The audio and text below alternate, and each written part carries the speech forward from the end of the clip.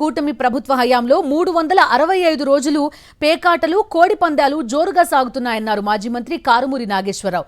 అసలు మనం ఆంధ్రాలో ఉన్నామా లేక ఇతర దేశాల్లో ఉన్నామా అని ప్రశ్నించారు.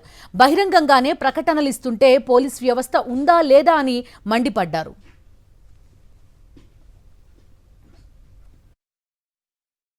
సంక్రాంతి పండగ అంటే సంక్రాంతి పండగలాగా జరిగేది. ఇవాళ హద్దులు దాటి హద్దులు మీరి సాంప్రదాయాల్ని గాలి కుదేసి సనాతన ధర్మం అన్నది ఎక్కడున్నదో తెలియదు. సంక్రాంతికి 3 రోజులు పేకాట కోడిపందాలు అనేది సహజం, కానీ 365 రోజులు కోడిపందాలే, 365 రోజులు పేకాట క్లబ్బులే, తన దాహం తన దోపిడీ.